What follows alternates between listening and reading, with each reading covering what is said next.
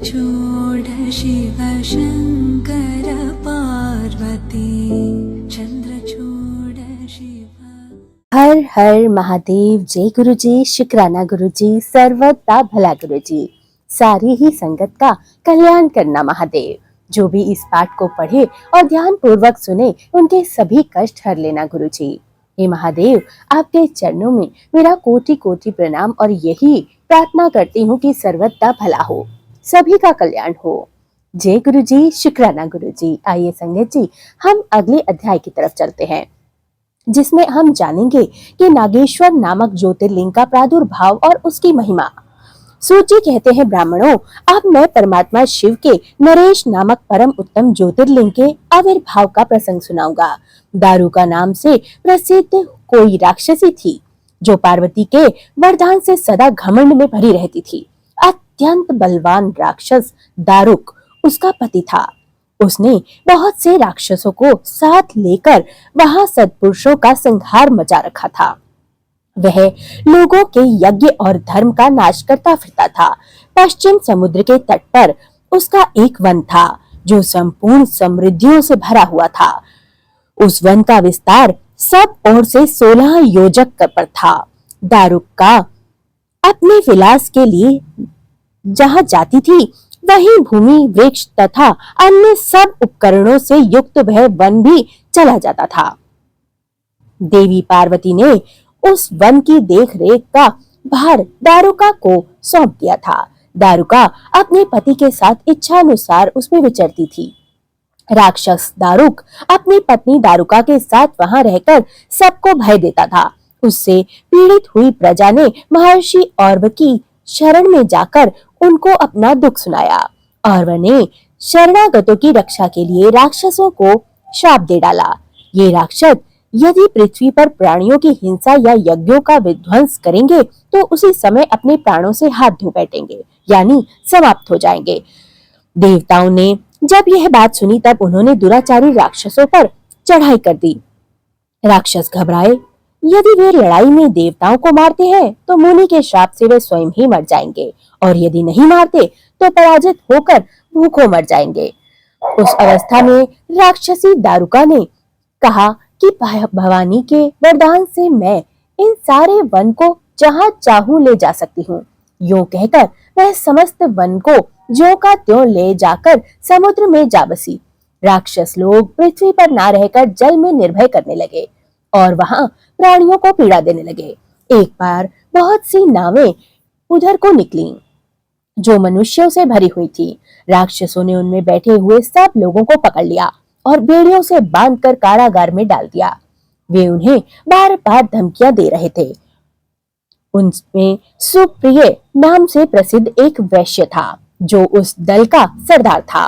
वह बड़ा सदाचारी, भस्म रुद्राक्षधारी तथा भगवान शिव का अति परम भक्त था। सुप्रिया शिव की पूजा किए बिना भोजन नहीं करता था। वह स्वयं तो शंकर का पूजन करता ही था, बहुत से अपने साथियों को भी उनके शिव की पूजा सिखाता था। फिर सब लोग नमः शिवाय नमः शिवाय नमः शिवाय का जप करते और शंकर जी का ध्यान किया करते थे। सुप्रिय को भगवान शिव का दर्शन भी होता था। दारुक राक्षस को जब इस बात का पता चला, तब उसने आकर सुप्रिय को धमकाया। उसके सभी साथी राक्षस सुप्रिय को मारने दौड़े। उन राक्षसों को आया देखकर सुप्रिय के नेत्र भय से कातर हो गए। वह बड़े प्रेम से शिव का चिंतन करने लगा और उनके नामों का जप करने लगा। वैश्यपति ने कहा, देवेश्वर शंकर, मेरी रक्षा कीजिए। कल्याणकारी त्रिलोकीनाथ, दुष्ट हंता भक्त वत्सल शिव, हमें इस दुष्ट से बचाइए। देव, अब आप ही हमें सर्वत्र का भला कीजिए, हमारा कल्याण कीजिए। प्रभु, मैं आपका हूँ, आपके अधीन हूँ और आप ही की सदा प्रार्थना और आप ही का सत्वन करता रहता हूँ, और आपके ही सत्वन में मेरा जीवन एवं प्राण है। सूची कहते हैं, सुप्रिय के इस प्रकार प्रार्थना करने पर भगवान शंकर एक विवर से निकल पड़े। उसके साथ ही 4 दरवाजों का एक उत्तम मंदिर भी प्रकट हुआ। उसके मध्य भाग में अद्भुत ज्योतिर्मय शिवलिंग उनके मध्य भाग में प्रकाशित हो रहा था।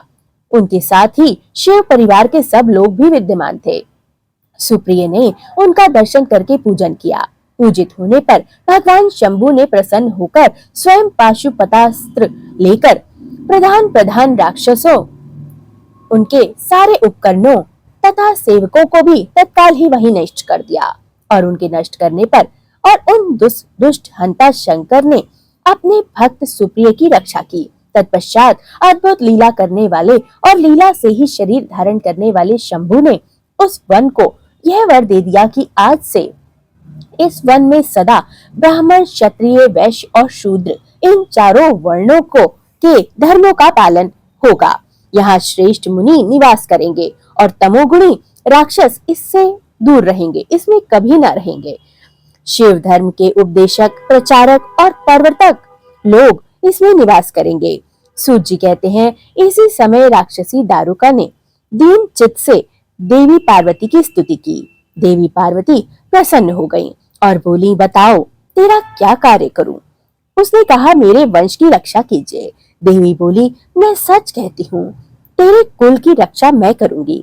ऐसा कहकर देवी भगवान शिव से बोली कि नाथ, आपकी यह बात युग के अंत में सच्ची होगी, तब तक तामसी सृष्टि भी रहेगी, ऐसा मेरा विचार है।